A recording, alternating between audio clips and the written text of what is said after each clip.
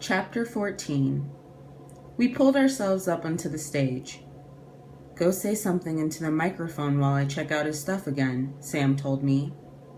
I looked out at the crowd, frozen to the spot. Sam stabbed his finger toward the microphone. I walked over to it on jello legs. Amazin stared at me, his folded arms the size of 2 Goodyear blimps. "Hello," I croaked, my mouth at least 6 inches below the microphone. "I'd like to introduce—" "Louder!" someone yelled. Amazin grabbed the microphone. "Hey folks, that squirt over there bet me he can do my act better than I can." A bunch of people laughed. "Well, heck, folks, I couldn't turn the little feller down, could I? It might injure his manhood." Some people hissed their disapproval at Amazin's meanness, but others just laughed. Sam was busy examining the handcuffs. My face burned with anger and embarrassment.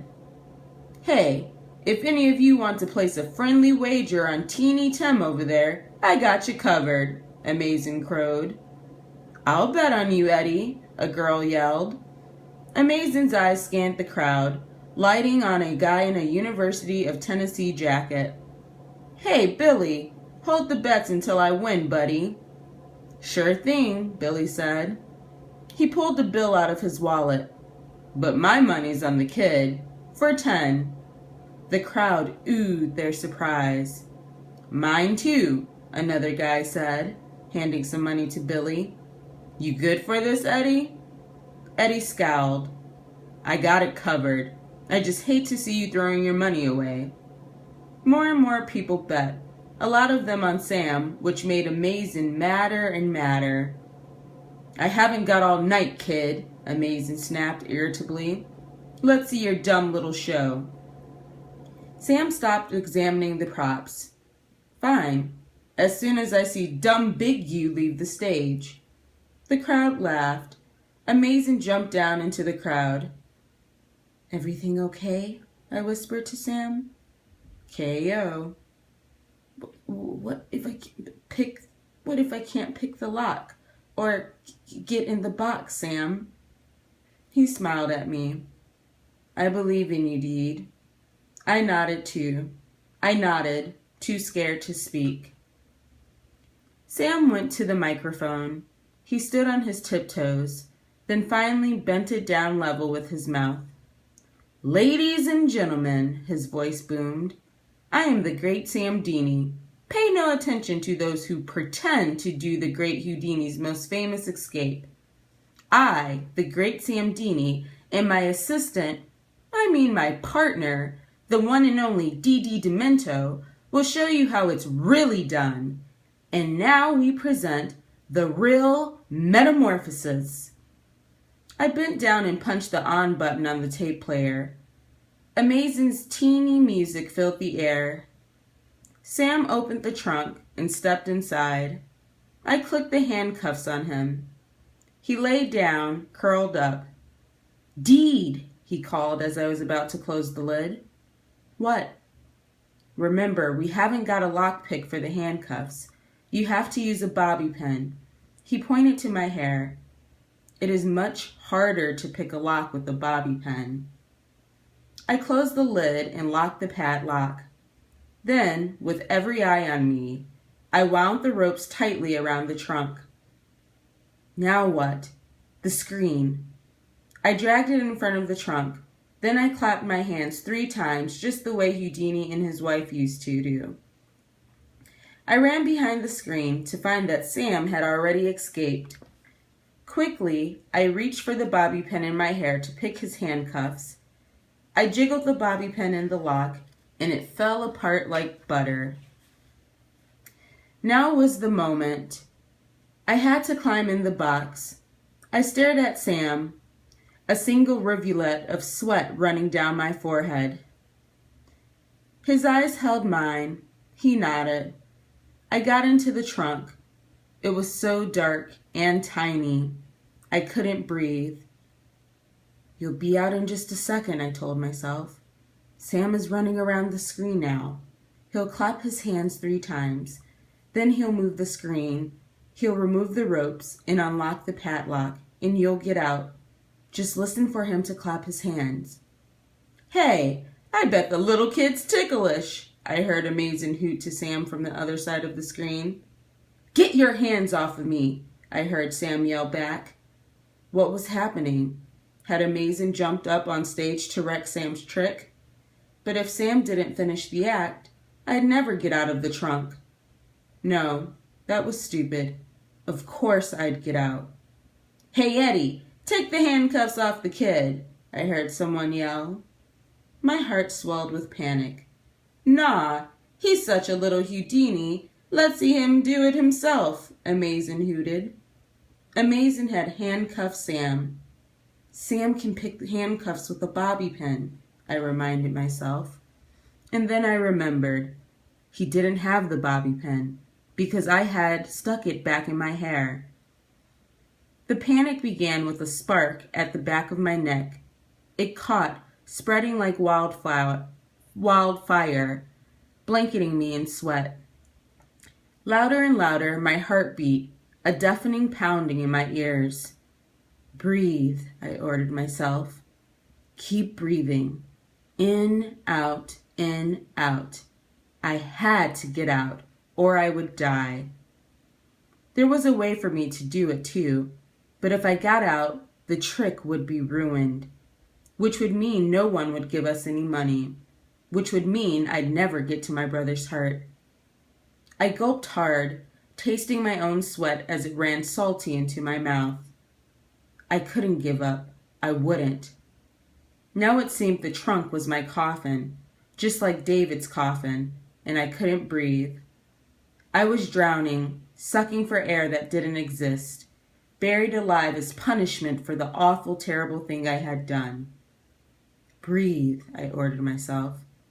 In, out, in, out. Suddenly, there was light. Air gushed at me, and I drank it in. Sam's hand reached for me, helping me out of the trunk. I stumbled out on shaky legs, still handcuffed. The crowd cheered, whistled, stomped their feet. Sam spun me around, and, our backs to the audience, he quickly pulled the bobby pin from my hair, worked it into the handcuffs, and they fell apart dangling from my wrist. We turned back to the audience, who clapped and whistled as we bowed together. "I'm a helium balloon," I thought crazily, as I grinned ear to ear. A bright red helium balloon. I could fly to the sun, to the stars. I did it. "Did Amazing cuff you?" "Affirmative." "So how did you get the cuffs off?" "I had the bobby pin." "O ye of little faith," Sam said, as he bowed again. He lifted his t-shirt, and there were 6 bobby pins stuck to his stomach under a strip of masking tape. "A true professional keeps extra bobby pins on him for emergencies at all times," Sam explained, as we took yet another bow. "Looks like you better pay the kids 50 big ones," Billy hooted to Amazing. "And then you can settle up with all of us." Clearly, Amazing didn't want to pay us, but with everyone watching, he didn't have a choice. Red-faced, he counted out $50 and handed it to Sam. Then he began to pay off all the people who had bet against him. "Quick, pass the hat deed," Sam told me. I grabbed the top hat, which lay on stage, and jumped down into the crowd. People began stuffing bills into it, patting me on the back, telling me how terrific Sam and I had been. Amazing was still paying off his debts, looking more furious by the second. Sam was in the middle of a crowd of admirers. "You kids were really something," a man told him. "I won $10 off Eddie, so this is for you." He handed Sam $5. "It was a true pleasure to watch a little feller like you whip that bully fair and square," another man said, handing Sam more money. More and more people who had bet against Eddie handed Sam money, while others filled up my hat. Sam stuffed money into all of his pockets, grinning hugely. Someone tugged on my sleeves. I looked down. A little girl with eyes as big as frisbees looked up at me. A red helium balloon in one hand, a scrap of paper and a pencil stub in the other. "I love your balloon," I told her. "Thanks," she said shyly. "Can I have your autograph, miss?" "Me? Sign an autograph?" "Yes, me. Dee Demento." It had a certain ring to it. I reached for the pencil and started to sign my name. "Those kids over there!" I heard Amazin yell. "They stole my money for my last show." I looked up. Amazin had 2 cops with him. The cops started for us. I grabbed Sam. "Run!" We took off, pushing through what was left of the crowd, darting around people to make our getaway. The cops and Amazin were gaining on us. "This way!" I yelled, tugging Sam. We sprinted toward a thicket of bushes, plowing through them, sticker branches scratching our faces. "We didn't steal his money," I said, panting as we ran out onto the sidewalk, turned left, and skirted behind a building. We both stopped, breathing hard. "I'm sure the police will be delighted to hear that," Sam said between pants, "after they ask us for ID." "And then we're ruined," I concluded, as I stuffed the money from the hat into every pocket I had. At any moment, I expected to hear the cops, snarling dogs, even helicopters, like in prison escape movies. What if the cops had found out who we really were? What if no one in the crowd defended us? I was so scared. It's just so easy to bring down a helium balloon. One prick and it's over. "Go home," a voice in my head told me. "Just give up." "And do what?" another voice inside me asked. "Bury yourself in the backyard with the baby bird?" I looked over at Sam for an answer, only to find that he was looking at me the same way. All right then. I would pretend myself right through the fear.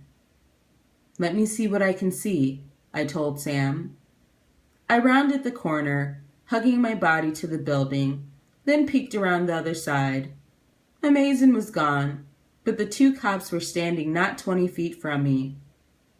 "They ran out of the carnival," the taller cop said into his walkie-talkie. "Just a couple of local kids, I reckon.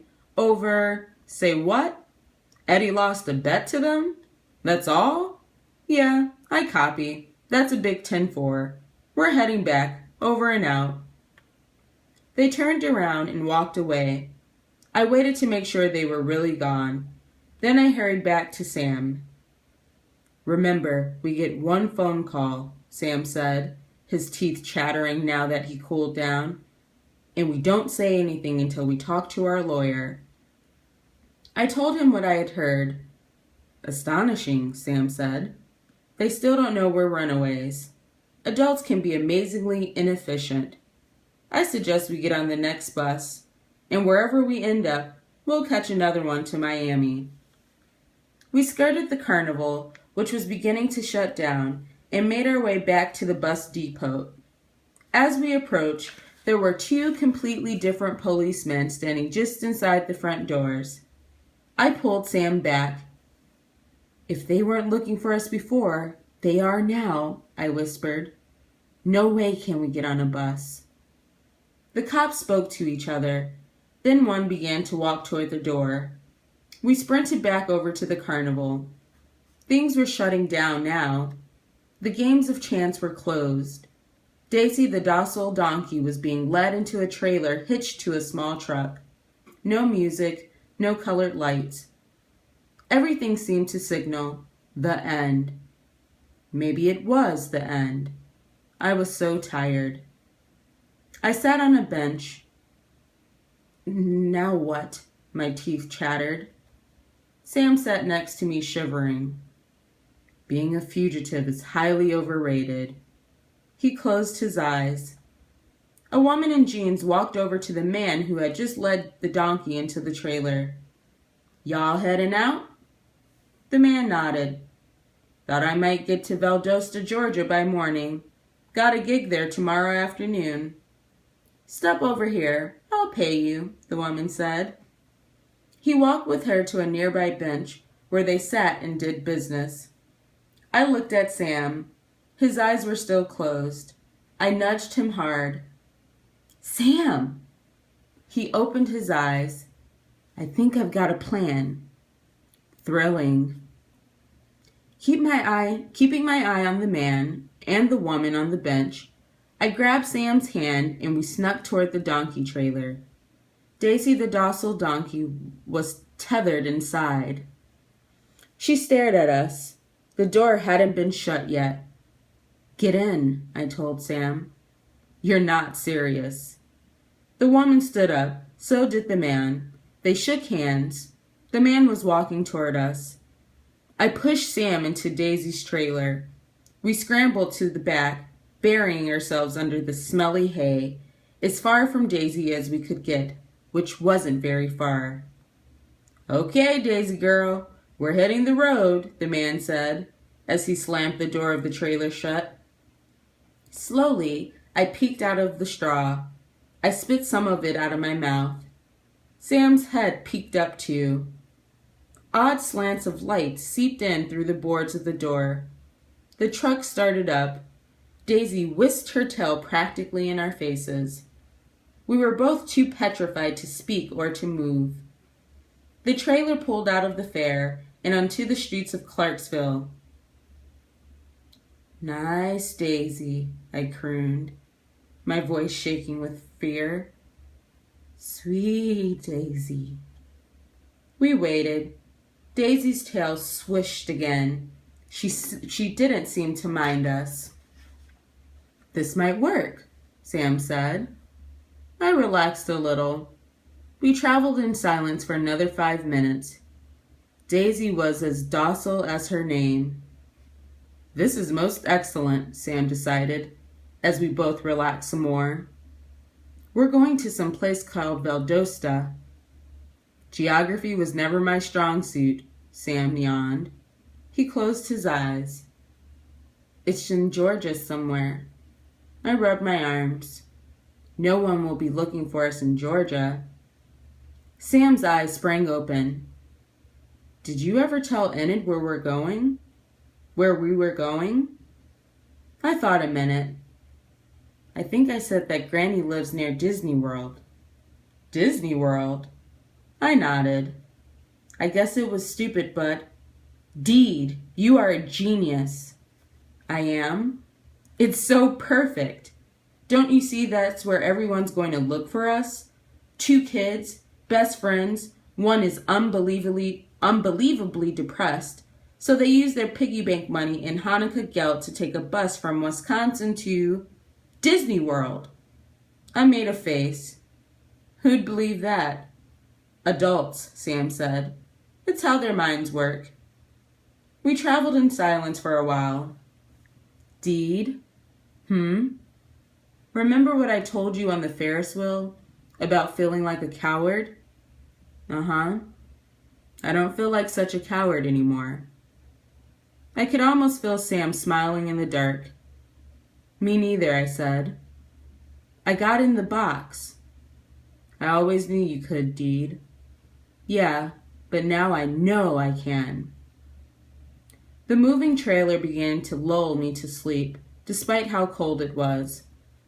Sam's stomach growled. You know, even that PB swirl you had sounds good right about now. Daisy's stomach made the same noise.